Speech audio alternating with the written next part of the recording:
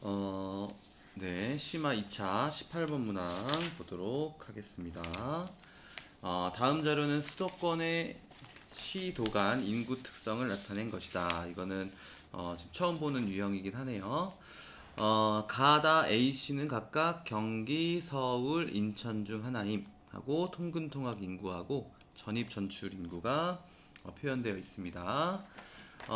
우선 그 가나다를 봤을 때 두 지역 간 인구 이동이 가장 많은, 여기 보면 125만 명, 52만 명 가장 많은 두 곳이 서울 아니면 경기가 될 거고요.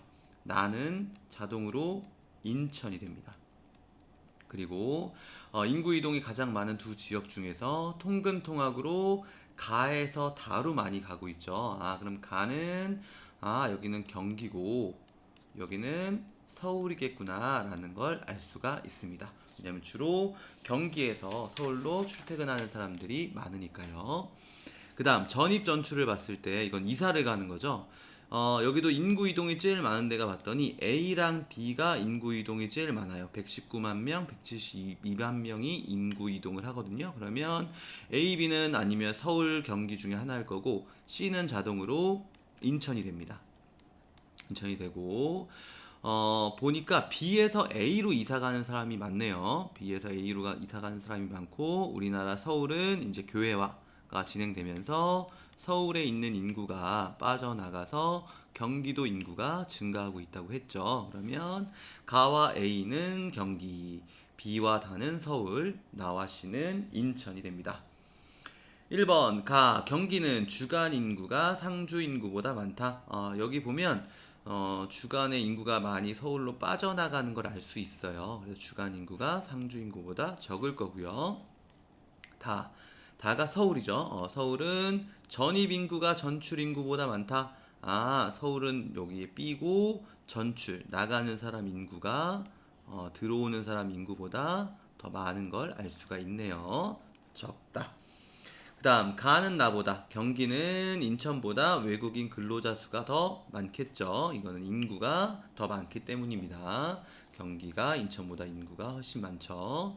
그 다음 A는 B보다 통근통학 순유입이 많다. A가 어디였냐면 경기. 그리고 B 서울은 B. 그러면 통근통학의 순유입 인구. 순유입 인구는 유출 인구, 유입 인구에서 유출 인구를 뺀 값입니다. 뺀 값입니다. 그래서 실제로 A는 B보다 순 유출이 많겠죠. 유출이 더 많이 통근통학할 때. 다음 C 인천은 B 서울보다 인구 밀도가 낮겠네요. 그죠? 답은 3번. 좀 재미있는 문제였습니다. 다음 19번. 자료는 서울의 세구에 대한 설명이다. 가다를 A씨에서 고른 것은 서울의 동북부, 서울이 있는데 동북부에 있고 1980년대 대규모 아파트 단지를 건설하면서 인구가 급증했다. 대규모 아파트 단지. 법정동은 5개지만 행정동은 19개다. 법정동은 법으로 정해진 동이에요. 법으로 정해진 동이고 행정동은 실제로 주민센터가 있는 행정 사무를 보는 동이 행정동이라고 보시면 돼요. 그래서 여기가 사실 노원구인데 노원구인 거 몰라도 아파트 단지가 있는 주변 지역 중에 주거 기능이 발달된 데구나라는 것만 아시면 되는데 실제로 여기도 이제 상계동이 있으면 이 상계동은 법정동이고 동사무소가 상계동 하나로 안 돼서 상계 1동, 상계 2동, 상계 3동 이런 식으로 행정 동사무소들이 많이 있거든요. 그래서 인구가 밀집돼 있기 때문에 법정동보다 행정동이 많다. 이거는 몰라도 될 것 같아요. 근데 어쨌든 주변 지역 아파트 단지가 건설되어 있는 지역이구나라는 거 알아두면 되고요. 서울의 동남부에 있는 구고 1960년대 서울의 부도심으로 계획이 되었고 대규모 주택단지도 있고 상업 업무 시설이 조성되었다. 나는 강남구. 다는 서울의 중심에 있는 구, 중구겠네요. 중구. 은행 본점, 시청 등 중추관리 기능이 집중되어 있고 여러 지하철 노선이 통과하는 교통의 요지입니다. 그러면 찾아볼까요? 상계동 가는 상계동이 이제 가는 노원구고 주변 지역 될 거고요. 주변 지역이니까 상주 인구가 많고 주간 인구가 조금 적은 지역. 그래서 주간 인구랑 상주 인구가 같은 지점이 주간 인구 지수가 100인 지점이라고 아까 얘기했던 것 같아요. 그죠? 그러면 여기는 주간 인구분의 상주 인구분의 주간 인구니까 여기가 주간 인구 지수가 100 이상이네요. 그죠? 100 이상이고 얘는 주간 인구가 상주 인구보다 적은 데네요. A는. 그러면 가가 A가 되는 거고 그 다음에 B랑 C 중에 상주 인구가 적은 C가 도심이 있는 중구가 되겠네요. 답은 1번입니다. 여기는 상주 인구도 많고 주간 인구도 많고 강남구. 여기는 중구. 여기는 노원구. 풀 수 있겠죠. 네, 그 원리를 잘 이해하고 접근하시면 되겠습니다. 다음 20번 가겠습니다. 20번 지역조사 문제입니다. 지역조사 문제. 지역조사는 지리정보를 수집하고 분석해서 지역성을 파악하는 활동이다. 맞네요. 맞고 그 다음 세모시 네모동의 위치는 유형중 지리정보 유형중 공간정보다. 맞네요. 위치와 관련된 정보니까 공간정보고요.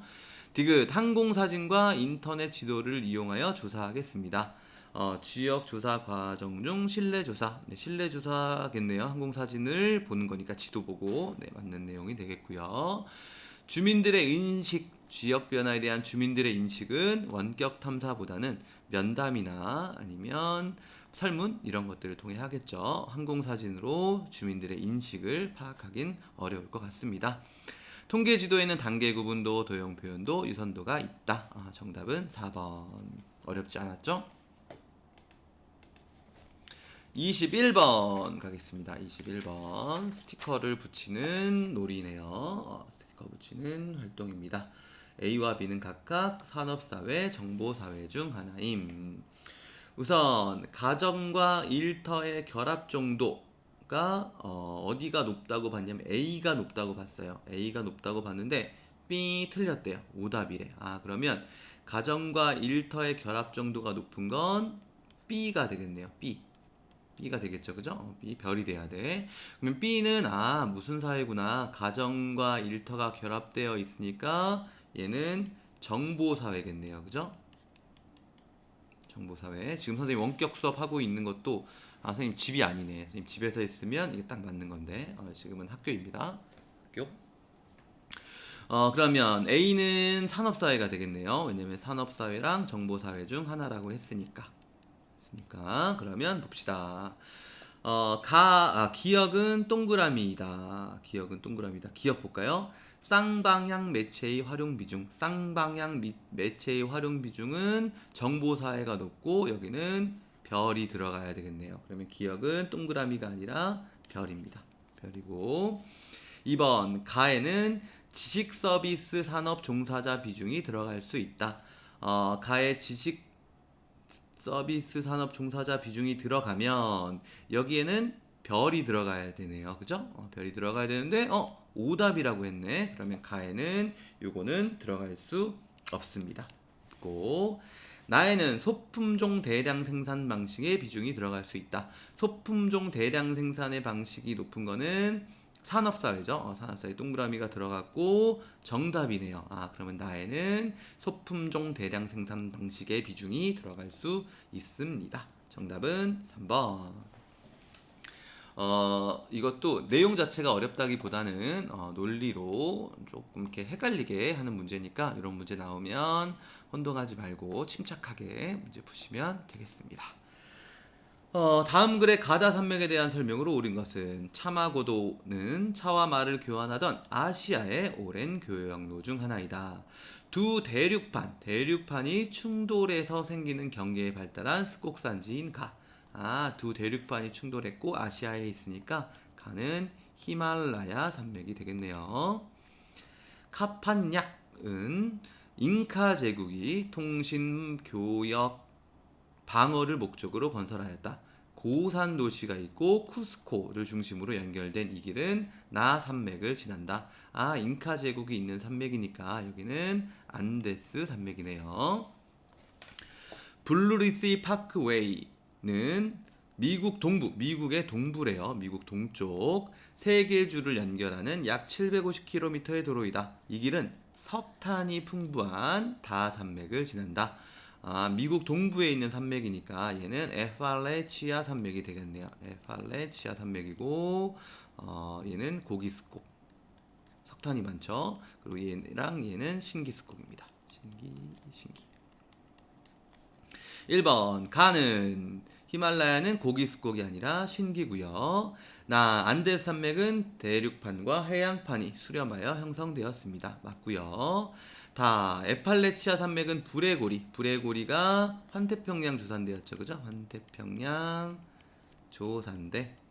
중학교 때 아마 배웠다고 했던 것 같아요. 그래서 얘는 에팔레치아는 미국 이렇게 있으면 동부에 있으니까 미국 서부는 환태평양 조산대가 맞지만 동부는 환태평양 조산대가 아니죠. 그 다음 가는 다보다 형성 시기가 늦다. 신기는 더 늦게 만들어졌고 다는 다보다 해발 고도가 낮습니다. 고기가 낮죠. 답은 2번. 23번입니다. 23번. 탑카르스트랑 석회암이 나왔네요. 탑카르스트는 주로 암석의 용식작용으로 형성되었다. 정답이네요. 답은 1번. 그리고 여기서 알아둬야 될 건 풍화된 토양은 주로 회백색이 아니라 적색, 붉은색을 띠거든요. 붉은색이고 테라로사라고 합니다. 테라로사. 이거 너무 어렵나? 로사가 장미예요. 장미. 그래서 장미빛 대지, 태양. 테라 열심히 듣고 있죠. 네, 붉은색을 띠고 있다. 이건 몰라도 돼요. 네, 선생님이 너무 나간 것 같고 이것도 몰라도 될 것 같고 주로 용식작용 녹아야 되니까 수변한 기후 환경에서 주로 카르스트 지형이 만들어진다. 이 정도만 알고 있으면 될 것 같아요. 탑카르스트, 석회암. 그 다음에 수변한 기후 환경. 선생님이 지금 조금 이제 정신이 왔다리 갔다리 하는 것 같아요. 여러분도 그렇죠? 좀만 힘냅시다. 그래프는 내 국가의 촌락 인구 비율 변화를 나타낸 것이다. 가라 국가에 대한 설명으로 옳은 것은 각각 니제르, 미국, 브라질, 중국 중 하나래요. 여기서 낚이지 말아야 될 건 이게 도시 인구 비율이 아니라 촌락 인구 비율이래요. 그러니까 요거에 반대되는 게 도시 인구 비율 변화겠죠. 그러니까 문제도 한번 읽어보고 풀어야겠네요. 그리고 실제로 도시화율이라면 도시화율이 떨어진다는 게 말이 안 되죠. 그죠? 그러면 어쨌든 얘는 촌락 인구가 제일 많으니까 도시 인구가 제일 적은 니제르가 되겠네요. 얘는 니제르가 될 거고, 그 다음 얘는 도시화율이 점점 높아지고 있고 지금은 한 60% 가까이 되고 있는 중국이 될 거고요. 이 세모는 원래부터 도시화율이 높았어. 1955년에 도시화율이 이미 거의 67%, 8% 됐네. 그랬다가 지금도 도시화율이 높은 미국이 되겠네요. 산업화 시기가 이르고 도시화 시기가 이른 미국이고, 그 다음 얘는 미국을 뒤엎었네. 미국을 이미 앞질른 브라질입니다. 브라질. 그런데 1955년에 비해서 도시 진행률이 되게 빨랐다는 걸 알 수 있죠. 도시화율 증가율이. 그러면 이거 가지고 문제를 한번 풀어봅시다. 기억, 브라질은 1955년에 촌락 인구가 도시 인구보다 많다. 1955년에 촌락 인구가 60%니까 촌락 인구가 도시 인구보다 많네요. 가는 도시화율이 가장 높다. 도시화율이 가장 높은 거는 가가 아니죠. 도시화율이 제일 낮은 거고 실제로 도시화율이 가장 높은 건 라네요. 다는 미국이네요. 산업화에 따른 도시화가 시작된 시기가 가장 이르다. 맞네요. 1955년부터 이미 도시화가 많이 진행되었습니다. 정답은 기억 디귿 2번이 되겠네요.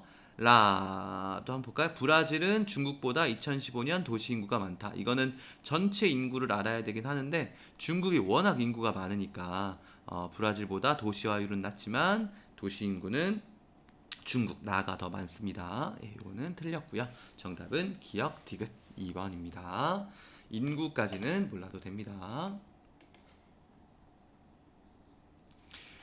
25번. 다음은 지리정보에 대한 수업 장면이다. 기억에서 미음에 대한 설명으로 가장 적절한 것은 기억의 예. 여기 보니까 점, 섬, 면으로 지리정보를 표현했네요. 얘는 점, 위치, 이것도 경계, 그 다음에 모양의 형태.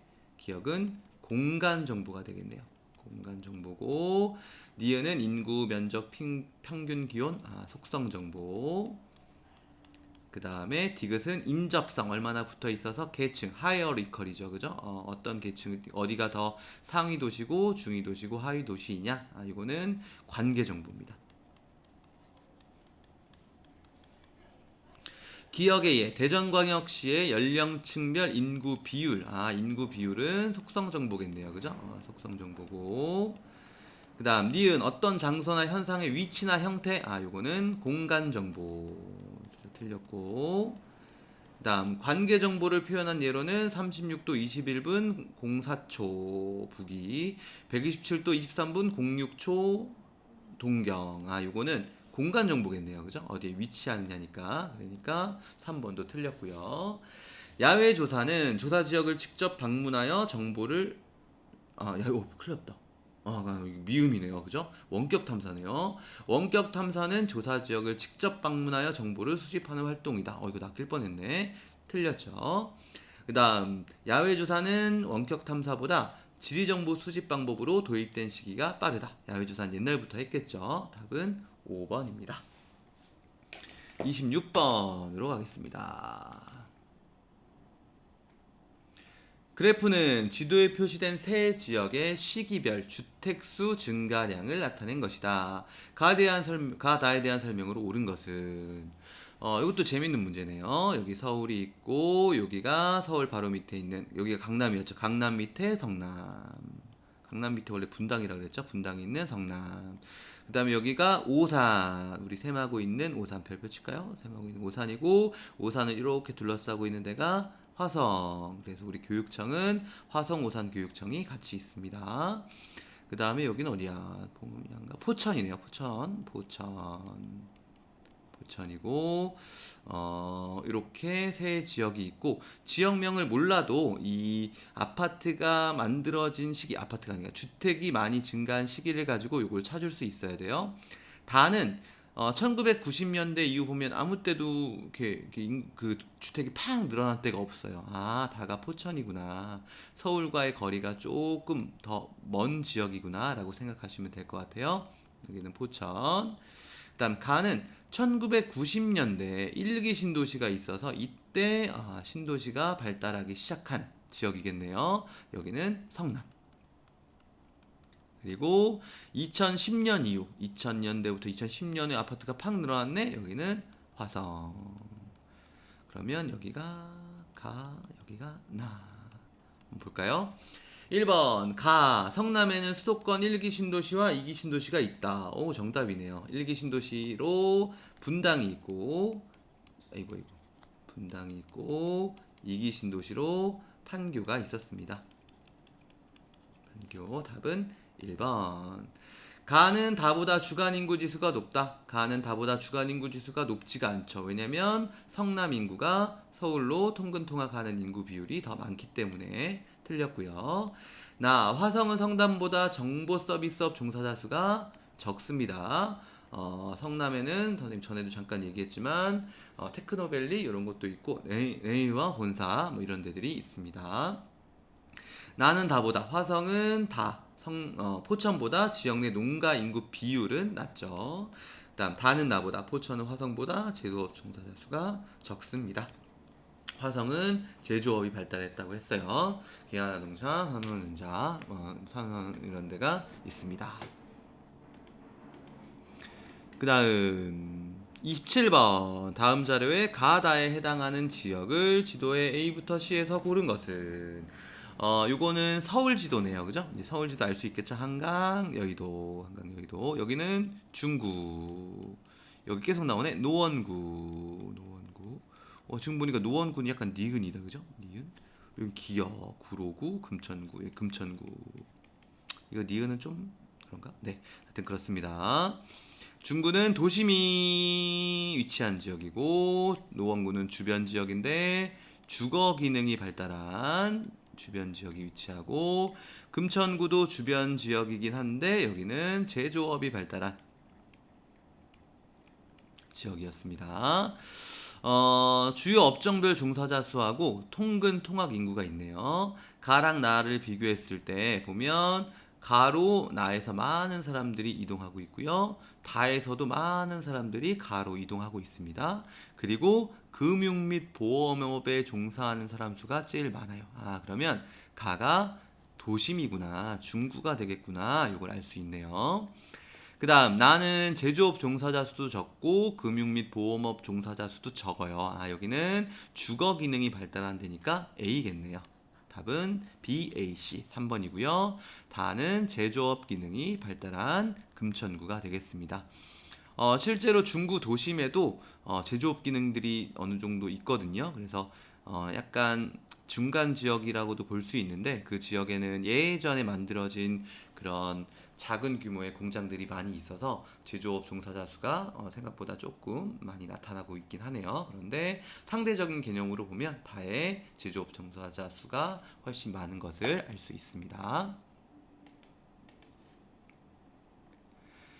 28번 그림의 A, B의 일반적인 특징을 비교한 것이다. 이에 대한 설명으로 옳은 것은 단 A, B는 각각 산업사회, 정보사회 중 하나임. 계속 비슷한 유형입니다. 사회 변동 속도가 빠름, B가 정보사회겠네요. 빠르니까 정보사회, 얘는 정보사회, A는 산업사회.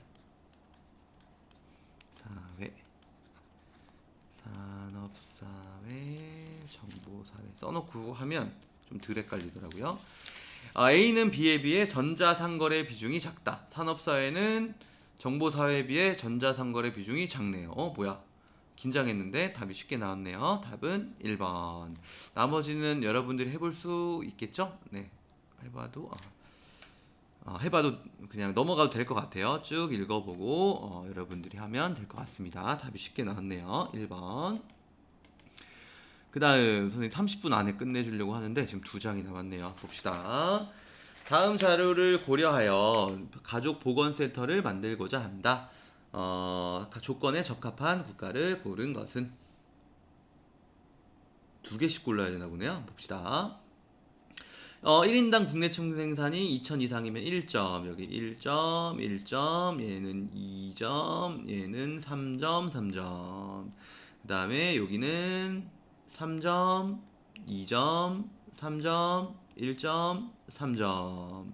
영아 사망률 3점, 1점, 2점, 1점, 2점. 맞나? 맞죠? 이렇게 되면 라오스가 7점, 베트남 4점, 캄보디아 7점이네요. 3, 4, 5, 7점, 캄보디아 7점, 타이 5점, 필리핀 뭔가 잘못됐는데? 필리핀? 이거 잘못됐네. 미안. 여기가 1점이네요. 여기가 6점. 그러면 라오스하고 캄보디아가 정답이어야 됩니다. 지도에서 라오스랑 캄보디아를 찾는 문제예요. 우선 여기 보면 코끼리 코가 이렇게 있죠. 코끼리 코가 이렇게 있고, 코끼리 귀가 이렇게 있어요. 그리고 코끼리 눈, 코끼리 코, 이렇게 코끼리 얼굴. 약간 전보라고 너희도 혹시 코끼리 아나 모르겠는데, 이 코끼리 같이 생긴 A가 태국입니다. 타이에 가면 코끼리를 많이 볼 수 있어요. 그 다음 여기 섬나라, 이 섬나라가 필리핀이고요. 필리핀. 타이는 역사 시간에 배웠는지 모르겠는데 독립을 유지했어요. 왜 독립을 유지했냐면 이쪽 인도하고 미얀마 이쪽은 영국이 식민 지배를 했고, 그 다음에 이쪽 베트남, 캄보디아, 라오스 이쪽은 프랑스가 식민 지배를 했거든요. 그래서 영국과 프랑스가 여기서 싸울까봐 여기서 완충지대 역할을 하면서 중립을 지키면서 독립을 유지한 나라가 타이입니다. 그래서 프랑스, 베트남에 가면 여러분은 반미, 바게트빵, 바게트에다가 이렇게 먹는 그런 게 있거든요. 이것도 프랑스의 영향을 받은 겁니다. 그래서 보면 프랑스가 이제 영향을 받은 데가 베트남이구나. 베트남이고 캄보디아, 라오스. 그래서 선생님은 어떻게 외웠었냐면 프랑스랑 영국이 축구를 하는데 영국에 베캄이 나왔스. 해가지고 베트남, 캄보디아, 라오스 이렇게 기억했거든요. 캄보디아, 라오스 했더니 B, C 답은 3번이 되겠습니다. 선생님 생각에는 그래도 우리가 베트남이랑 그 다음에 태국이랑 필리핀은 어디 있는지 알아야 되지 않을까요? 선생님 개인적인 생각입니다. 그리고 캄보디아랑 라오스는 몰라도 이 세 개 제끼면 답이 나오니까 답은 3번입니다. 어쨌든 GIS 문제에 나오는 국가들 기억하시기 바랍니다. 30번 지도는 세 개의 지진 발생 지점을 나타낸 것이다. 어이구 쭉 남았네. 지도는 세 개의 지진 발생 지점입니다. 이에 대한 설명으로 옳지 않은 것은 1번 발생 지점은 판의 경계와 대체로 일치한다. 그쵸. 모두 판의 경계와 대체로 일치하는 걸 알 수 있습니다. 맞는 말이고요. A는 동아프리카 지구대, 동아프리카 열곡대 통과에서는 그래서 여기에서는 대륙 내부에서 판이 갈라지며 형성된 지구대가 있다. 맞는 표현이 되겠고요. 다음 B 두 판이 충돌하여 대륙판과 대륙판이 충돌한 히말라야 산맥이 여기 있네요. 마그마의 분출이 빈번하다. 여기 마그마의 분출은 빈번하지 않았네요. C는 선생님이 가르쳐주진 않았는데 통과 시간에 배웠을 것 같아요. 해양판과 대륙판이 만나는 수렴 경계이다. 5번 D에는 에팔레치아 산맥이 있네요. 에팔레치아 산맥이고 에팔레치아 산맥은 고생대 조산 운동으로 형성되었습니다. 얘도 맞는 표현. 정답은 3번. 31번 가겠습니다. 31번. 협정의 이름을 찾는 문제였습니다.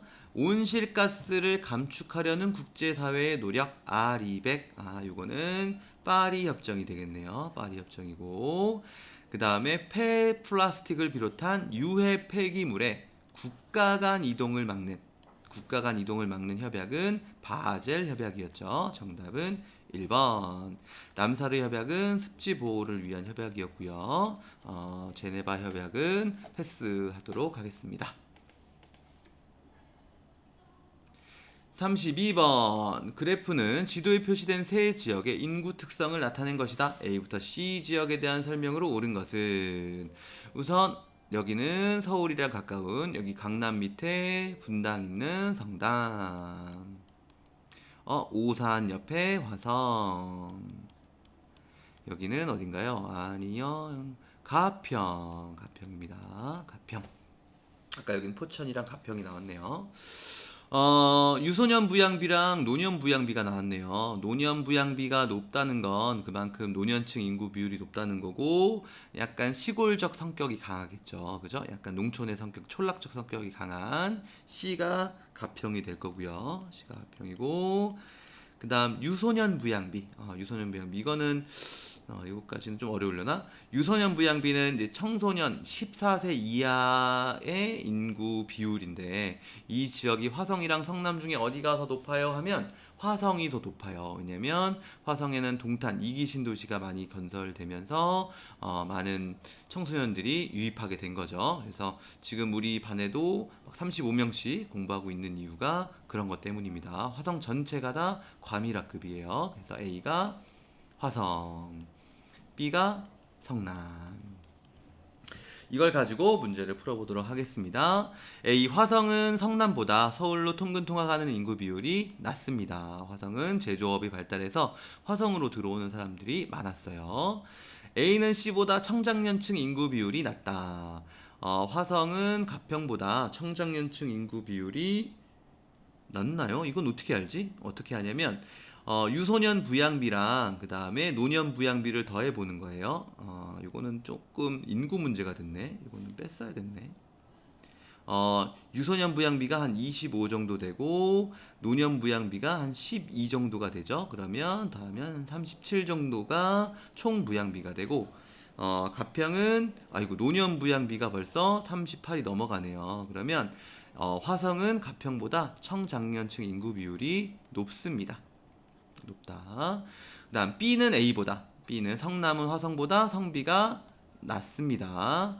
성남은 제조업이 발달해서 경기도 중에서는 좀 성비가 높은 편이에요. 남성 인구 비율이 좀 더 많습니다. 가평은 화성보다 인구 밀도가 낮겠죠. 그 다음에 가평은 성남보다 노령화 지수가 높다. 정답은 5번입니다. 요 문제는 약간 도시 문제보다는 인구 문제에 가깝네요. 선생님이 도시 문제인 줄 알았는데 요거는 패스해도 되지 않을까 이런 생각이 듭니다.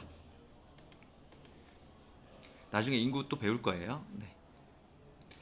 33번 그래프는 부산광역시의 용도별 토지 이용 변화를 나타낸 것이다. A부터 C 지역에 대한 설명으로 옳은 것은 이거는 부산이 한번 나와가지고 그래서 부산의 구 위치를 외워야 되나요? 이거는 외우진 않아도 돼요. 외우진 않아도 되고 그냥 선생님이 설명하는 정도만 기억해 둡시다. 부산은 중구가 가운데 있지 않고 여기 있어요. 여기가 중구예요. 중구고 여기에 도심이 위치하거든요. 도심이 위치하는 중구입니다. 왜 이러냐면 여기가 바다라서 그래요. 바다 항구를 중심으로 처음에 도시가 만들어지다 보니까 아 중구가 바다 쪽에 있구나 라는 거 정도만 기억하시고요. 여기는 사상구라고 해서 몰라도 돼요. 사상구라고 해서 제조업 기능이 좀 발달한 주변 지역이고 여기는 동래구 동래구였던 것 같은데 동래구라고 해서 주거 기능이 발달한 주변 지역이라고 생각하시면 돼요.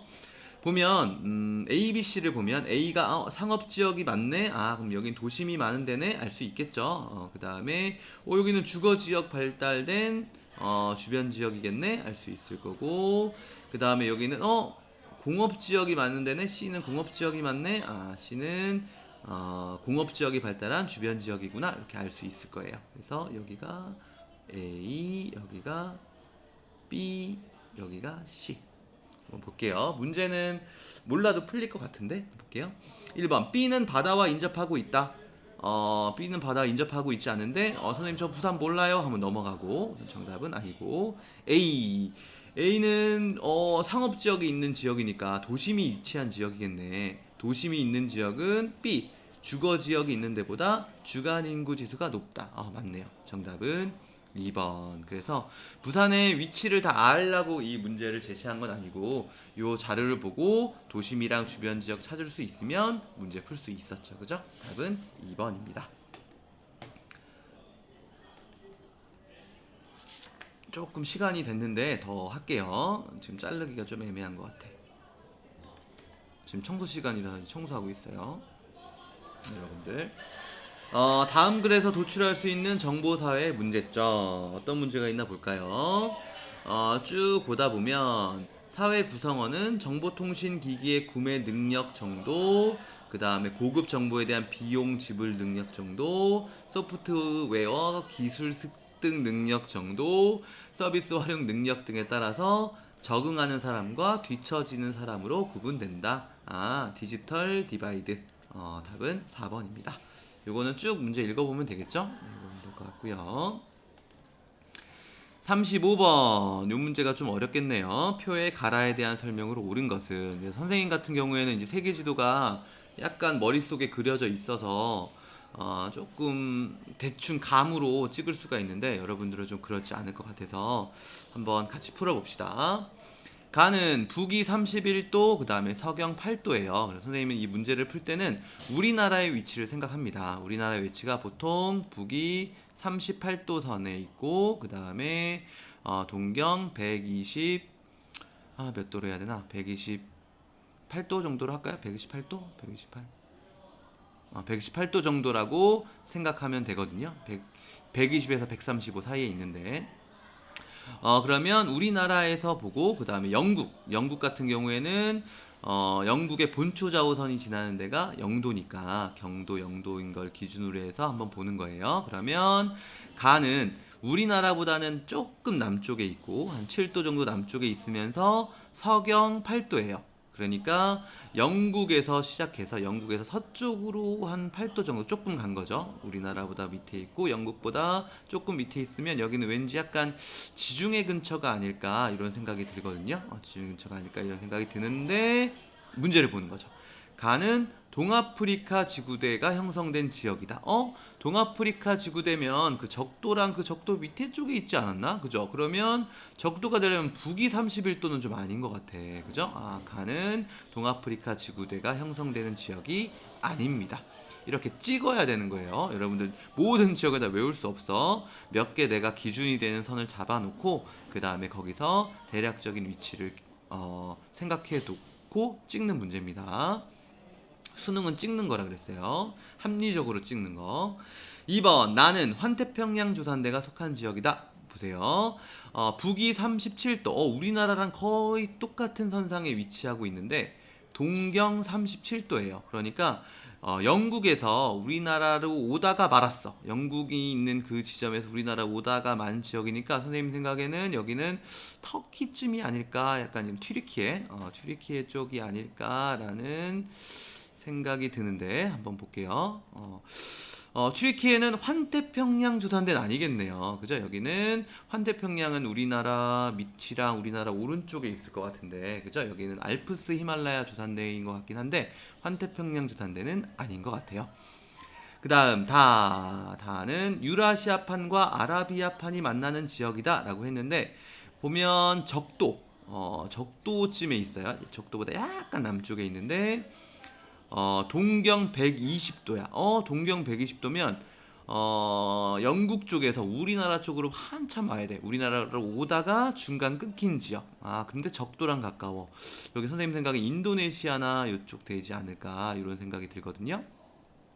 그러면 여기는 유라시아판과 아라비아판이 만나는 지역은 아닐 것 같아요. 얘는 아닌 것 같고, 왜냐면 여기는 그쪽인 것 같으니까, 그죠? 그 동남아시아 쪽. 그 다음 4번 라는 대륙판과 대륙판이 충돌한다. 볼게요. 북위 28도예요. 북위 28도면 우리보다 남쪽에 있고, 그 다음에 동경 85도. 우리나라 쪽으로 오다가 멈췄네요. 우리나라보다 남쪽에 있고, 그러면 대륙판과 대륙판이 충돌하여 형성된 산맥은 히말라야고, 히말라야는 인도 위에 있으니까 우리나라보다 위도가 낮고 경도도 서쪽에 있겠네요. 그러면 왠지 답이 4번일 것 같은데요. 답은 4번입니다. 그 다음 가와 나는 해령에서 마그마가 분출하여 지각이 확정되는 지역이면 여기는 아이슬란드여야 되거든요. 아이슬란드는 다 우리나라보다 위도가 높아야 되겠죠, 그죠? 북쪽에 있으니까. 그러니까 가도 아니고 나도 아니고 정답은 4번입니다. 아닌 것들을 제끼면서 한번 풀어보고요. 여러분들 요거 지도에서 한번 위치 한번 확인해 보면 좋을 것 같습니다. 선생님이 지도를 잘 그리면 어떻게 좀 여기다 그려줄 텐데, 이렇게 우리나라. 이게 더 외국이 영국, 유라시아, 인도, 아프리카, 오세아니아. 이게 더 왜곡이 심하겠죠, 그죠? 왜곡이 더 심하겠다. 여러분들이 그리시는 게 더 좋을 것 같습니다. 선생님이 지리교육과인데 지도를 못 그려요. 36번 국제 환경 문제입니다. 국제 문제. 이게 수능 문제에 나왔었네요. 이런 거 수능 문제 나오면 좋겠다. 우리도 맞출 수 있겠다. 국제사회는 폐기물의 투기로 인한 해양오염을 방지하기 위한 협약. 해양오염 방지하기 위한 협약은 런던 협약이었고요. 습지보호 람사르 협약. 답은 1번. 수능 문제인데 5초 만에 풀었습니다. 실제로 수능 볼 때는 조금 더 자세히 보고요. 이거 시간이 너무 많이 갔는데 이거 유튜브에 올라가려나? 빨리 한번 풀어보겠습니다. 잠깐 몇 분 정도 됐는지를 확인을. 네, 우선 보죠. 다음 자료는 자연재해 온라인 수업 장면의 일부이다. 이건 또 처음 보는 자료네요. 봤더니 1월, 2월, 12월에 주로 나타나는 자연재해는 대설이겠네요. 눈 많이 오는 거고요. 대설. 그 다음 나는 7월이랑 8월에 주로 나타나는 호우. 누구 생각나네요. 호우 한 축구선수가 있는데 호우. 그 다음 다는 태풍은 늦 여름에서 초가을까지 나타나거든요. 그래서 8월 말에서 8월에서 9월 초, 10월까지 나타나면 태풍, 7, 8월에 나타나면 호우라고 생각하시면 됩니다. 그러면 정답은 2번. 요거는 쭉 읽어보시면 될 것 같아요. 이건 할 수 있겠죠? 대설, 호우, 태풍만 구분하실 수 있으면 됩니다. 38번. 다음 자료는 지도에 표시된 내 지역의 특성을 나타낸 것이다. 가라에 대한 설명으로 옳은 것은 보면 여기는 파주고요. 파주. 여기는 아까도 나왔던 가평. 여기는 서울 밑에 성남. 여기는 화성과 함께 도시 인구가 많아진 2000년대 이후 많아진 용인. 보면 가는 2000년대 이후에 인구가 주택 수가 많아졌고 그 다음에 다는 계속 아파트 수가 많아지지 않았어요. 다는 그러면 다는 가평이 되겠네요. 그죠? 그 다음에 또 두드러진 데가 여기 얘는 1990년대 인구가 되게 많아졌고 서울로 출퇴근하는 사람들 비율이 되게 많아요. 그럼 얘가 성남. 일기 신도시가 만들어졌던 성남. 그 다음 파주하고 용인이 있는데 파주하고 용인을 구분해야 되는데 이건 어떻게 구분하나 봤더니 아파트 수가 나가 여기는 이거고 이때 2000년대 아파트가 엄청 많아진 얘가 용인이 될 거고요. 그 다음에 파주는 어디 갔나? 파주는 2000년대 많아지긴 했는데 용인보다 그 인구가 좀 적은 지역이 되겠습니다. 그래서 용인이랑 화성이 선생님이 2000년대 이후에 인구가 가장 많이 늘어난 경기도 내에서 지역이라고 했죠. 그리고 서울로의 출퇴근 비율도 용인이 좀 더 많고요. 그 다음 1번 보겠습니다. 가는 나보다 지역 내 농가 인구 비율이 높다. 가는 파주는 성남보다 농가 인구 비율이 높겠네요. 답은 1번이네요. 그 다음 나는 다보다 주간 인구 지수가 높다. 용인은 가평보다 주간 인구 지수가 높다. 이거 보면 나는 다보다 지역 내로 통근 통화가는 인구 비율이 적네요. 그러니까 나는 주간 인구 지수가 더 낮겠네요. 낮을 거고 다는 나보다 가평은 성남보다 아파트 비율이 낮을 거고요. 파주에는 2기 신도시가 있고 용인에도 2기 신도시가 있습니다. 근데 1기 신도시는 없고요. 파주에는